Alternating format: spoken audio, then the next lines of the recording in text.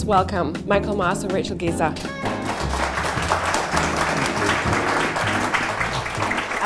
Thank you so much, Michael.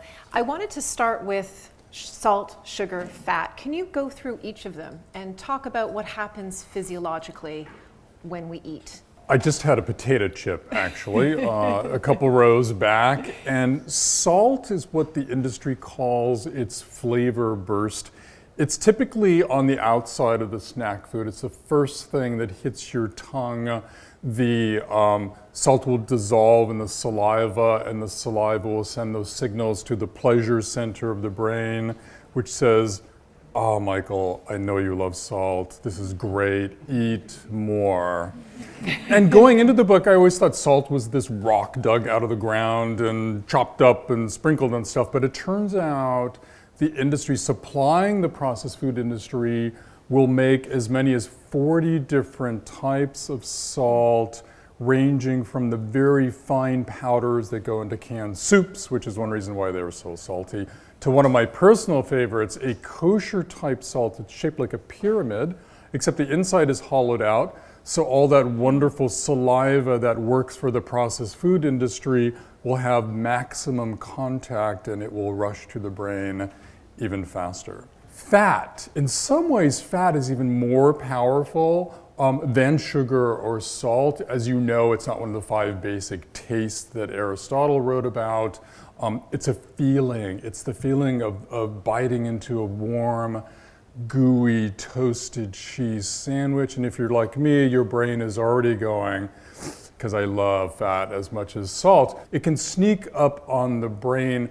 The brain actually has trouble recognizing that fat has twice the calories of sugar, and especially if fat is added into a product so you can't see it, but it's inside there, the brain's natural brakes on overeating just get overridden. Of course, I open the book talking about sugar because it is the most powerful of the 3. We are hardwired for sugar. Every one of our 10,000 taste buds is there waiting for that sweet taste, especially children. So you used to get sweet where you would expect it in the ice cream aisle or cookies, and now bread, pasta sauce, low-fat yogurt can have as much sugar as ice cream. Products throughout the store have been engineered to hit what they call the bliss point. Could you give us a sense of just the scope of how much food scientists know about salt, sugar, fat, how it works on the body,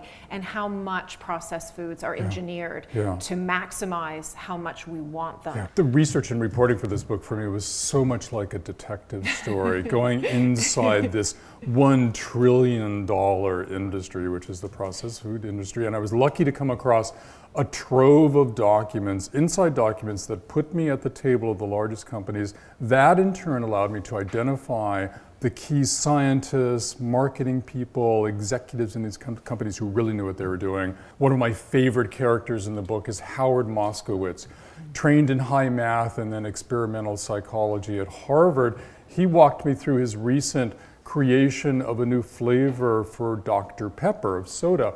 To get to the bliss point for the new soda and guarantee a hit for the company, he started with no less than 61 different versions of sweetness, different formulas, each one slightly different than the next, subjected those to 3,000 consumer taste tests around North America, and then threw the data into his computer and did his high math regression analysis thing to come up with a very optimum point. Well, at the very top of that curve, not too little, not too much, he found the optimum amount of sweetness in that new Dr. Pepper soda, calls it the bliss point. It's that point where a product is guaranteed to send us over the moon and get us to come back for more. Right.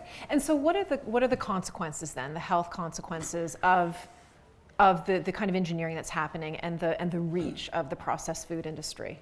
The statistics are staggering. It's 1 in 3 adults are clinically obese now, 1 in 5 children, 26 million Americans only have diabetes. Type 2 is the type associated with eating. Another 79 million have pre-diabetes.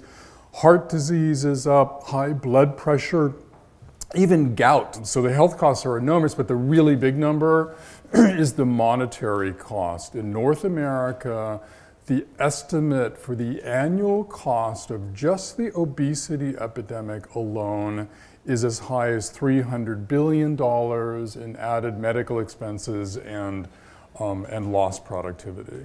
There was almost a moment in the 80s when overnight it became socially acceptable to eat anything, anywhere, anytime, so that you would see people start walking down the street, eating and drinking. And that played right into the hands of the processed food industry, especially the snack food industry, and led to what experts call mindless eating. On one level, I'm really hoping that the book, besides being a wake-up call to the industry, is empowering to readers, because once you know everything they're throwing at you the moment you walk into the grocery store, it's really much easier to sort of cope with everything. And there was this poignant moment when the mother of several children of a family that was trying to sort of help boycott, in a way, corner stores, had a crazy morning like so many of us, didn't have time to make breakfast, ran into the store, got some breakfast bars for her kids, thinking she was getting a great thing, healthy breakfast bars. And she was so proud because she pointed to the front of the label, it said, added calcium.